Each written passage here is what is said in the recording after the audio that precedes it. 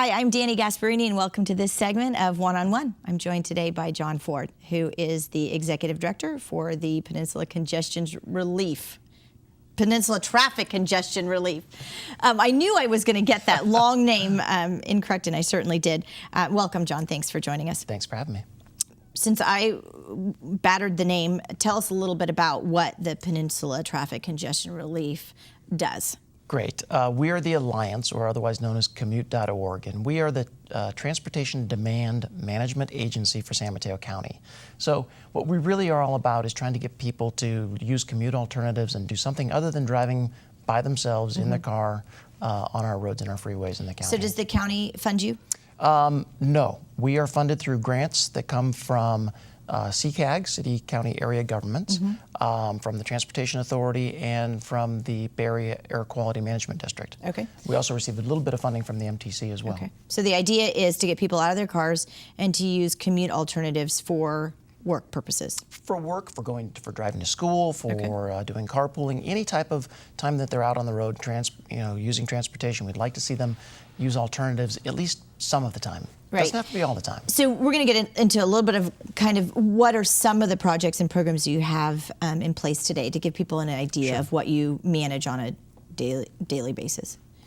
So the types of things that we're working on, primarily using commute alternatives like vanpool, carpool.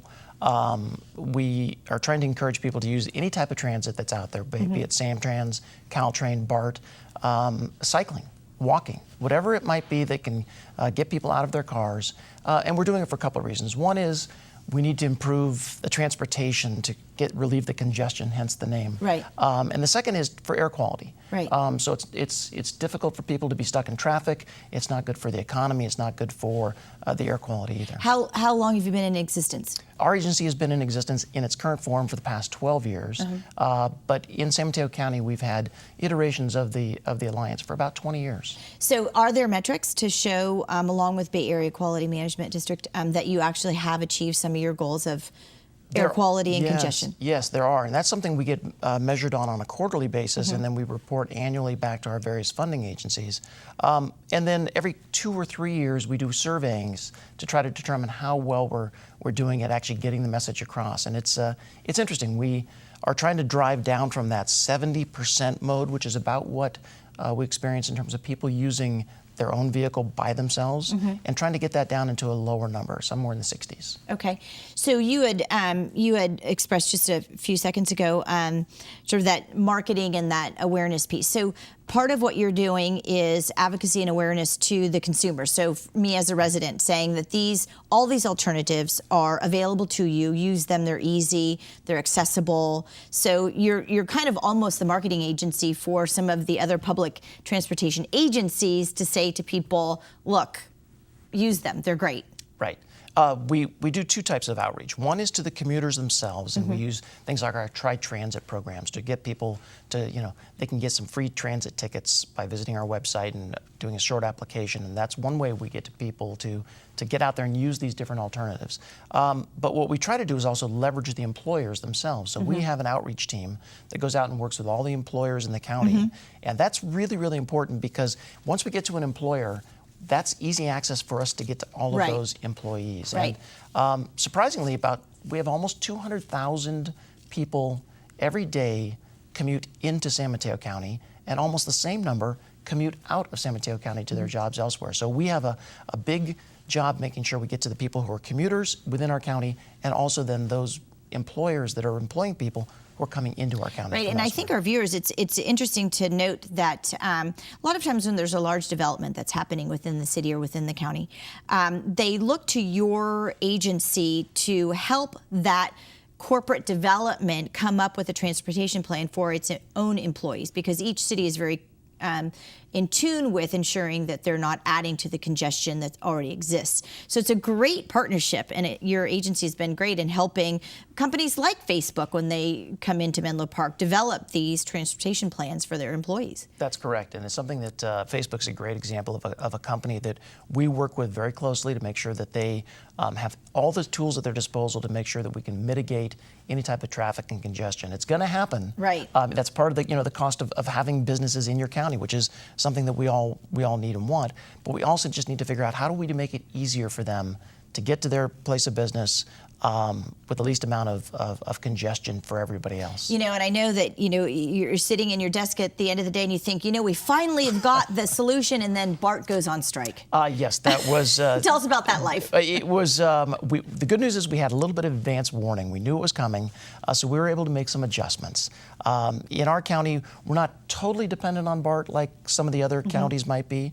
The biggest impact for us was actually kind of a net positive, which was that we had a lot of people try the new San Francisco Bay Ferry that comes into South San Francisco. So the ridership on that it's a new service, so we've been trying to build up the ridership on that. This ferry, the BART strike, made the ferry a great alternative. So they had double and triple the amount of ridership that they normally would have. Right. We provide the shuttles that move the passengers from the ferry terminal out to the various business parks. And so we had a tremendous increase there. So that was actually a net positive. We were actually happy that people were able to try out the service.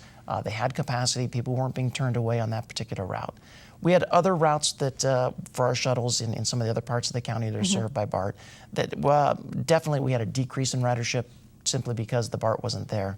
But we had people using those stations as an opportunity to say, wait a minute, I know I can use that station and then perhaps use a shuttle to get to where I need to go. Right.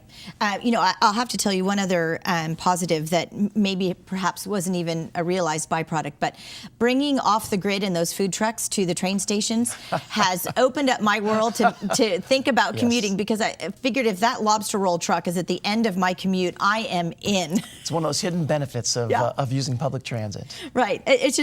It's a fun thing that it sort of made the train stations now sort of a fun place to go and and experience getting on the train. We actually did that. We had a day where we got on the train, went up to North San Mateo County, got off, did some shopping, came back, and had dinner in the parking lot with the food trucks. Well, and that's why our Tri-Transit program is perfect for people who want to give it a try. If you want to try the ferry, you want to try Caltrain, you want to try Samtrans, we have the opportunity for people to do that. I think people are surprised when they get on and they find out just how nice it is to commute, to work or to an event using public transit. I think they're surprised. Right. What's the one thing that you think is the hindrance? What stops people?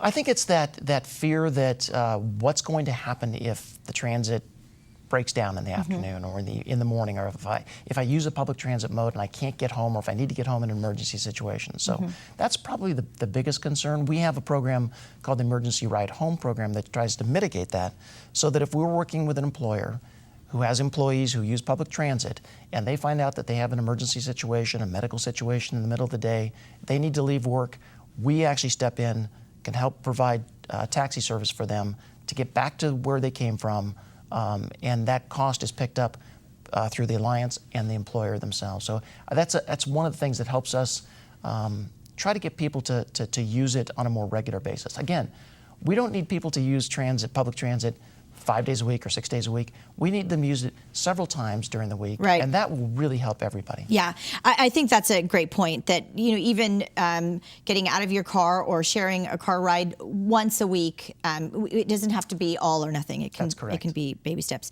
We've just got about a minute left, so I want to make sure that we're talking about what's one of the most important programs to you. You want to talk about SB 1339? Yes, Senate Bill 1339 is going it's been signed into law, and they're actually finishing up the regulations on that right now. And that's going to mandate that all employers with 50 or more employees in the 7-county Bay Area region, that they are providing pre-tax commute benefits or some type of transit subsidy to their employees. That's going to probably go into effect in January, and the Alliance will be working very closely with all the employers in San Mateo County to make sure that they're in compliance, and most of those companies that size are already doing so.